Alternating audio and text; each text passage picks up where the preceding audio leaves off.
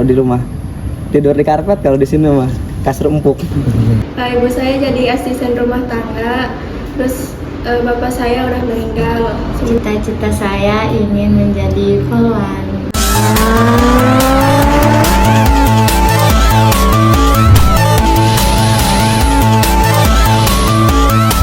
Halo warga seluruh Banten, Muterin Banten edisi kali ini kami akan mengajak Anda mengunjungi salah satu sekolah rakyat lainnya di Provinsi Banten, Sekolah Rakyat Menengah Atas 34 Lebak. Bicara tentang sekolah rakyat, jadi teringat sejarah kalau pada zaman kolonial juga ada sekolah rakyat. Apakah sekolah rakyat masa kini sama dengan sekolah rakyat masa kolonial? Yuk kita cari tahu. Banyak masyarakat bertanya, apa sih bedanya sekolah rakyat zaman kolonial dengan sekolah rakyat yang ada sekarang? Pertanyaan ini wajar dan sering ditanyakan karena nama sekolah rakyat memang pernah ada di masa lalu, tapi tentu saja maknanya sangat berbeda. Pada zaman kolonial, sekolah rakyat atau yang disebut dengan folk school hanya memberikan pendidikan dasar yang sangat terbatas. Pada saat itu tidak semua anak boleh sekolah, terlebih anak-anak pribumi yang hidup miskin. Pendidikan hanya sekedarnya saja, tidak menyentuh karakter, tidak menyentuh masa depan, dan tidak dimaksudkan untuk mengubah nasib rakyat.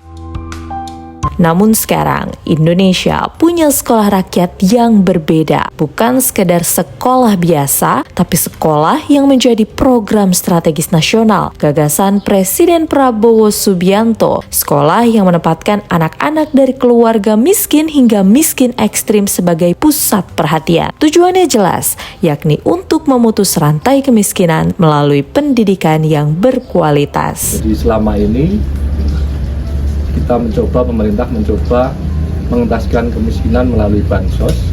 Akan tetapi setelah bertahun-tahun ternyata kemiskinan itu bukan menjadi berkurang, akan tetapi malah menjadi suatu ketergantungan.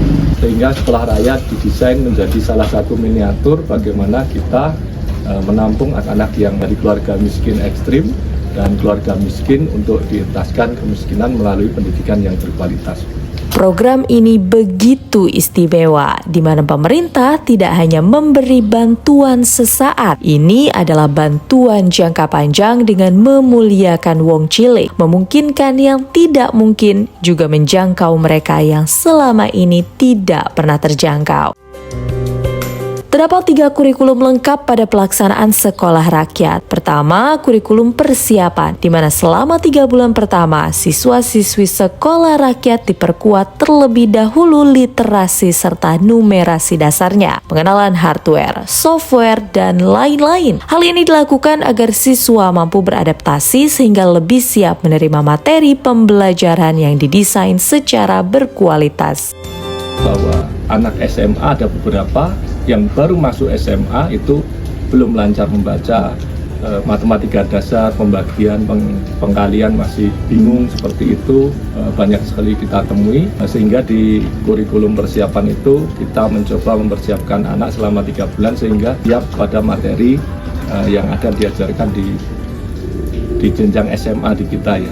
Kurikulum selanjutnya yakni keasramaan. Di sekolah rakyat, siswa tidak hanya menerima bimbingan akademik, tetapi juga dibentuk karakternya melalui kedisiplinan, bahkan diberikan pendampingan psikologi. Siswa juga dijamin asupan gizinya, tidur di kamar yang layak dengan selimut yang hangat.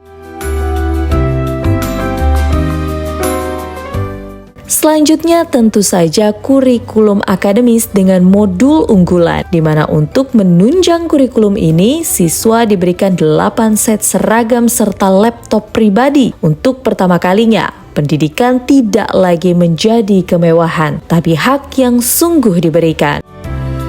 Hingga kini sebanyak 166 titik sekolah rakyat telah beroperasi di seluruh Indonesia. 4 diantaranya berada di Provinsi Banten, yakni di Kota Tangerang Selatan, Kota Serang, dan 2 di Kabupaten Lebak. Salah satunya Sekolah Rakyat Menengah Atas 34 Lebak. Di Sekolah Rakyat Menengah Atas 34 Lebak, siswa-siswi yang berasal dari keluarga tidak mampu dari berbagai daerah di Kabupaten Lebak kini belajar dan tinggal bersama. Saya sangat berterima kasih kepada Pak Presiden yang telah mendirikan sekolah rakyat ini. Kalau saya tidak sekolah di sekolah rakyat, mungkin saya hanya membantu orang tua saja di rumah. Saya banyak-banyak mengucapkan kepada Bapak Presiden Prabowo atas program sekolah rakyat ini. Kalau saya nggak sekolah di sekolah rakyat, paling saya bekerja. Terima kasih Pak Presiden karena sudah berkesempatan sekolah di sini. Karena mungkin kalau nggak sekolah saya bekerja membantu orang tua. Sekolah rakyat menjadi rumah bagi anak-anak usia sekolah tapi belum sekolah, anak-anak yang sudah putus sekolah, dan anak-anak yang berpotensi putus sekolah kini belajar, tumbuh, dan percaya bahwa masa depan itu ada. Melalui sekolah rakyat, pemerintah menghadirkan harapan baru, bukan hanya untuk anak-anak, tapi juga untuk keluarga mereka dan untuk Indonesia. Mari terus dukung pendidikan yang berpihak pada rakyat.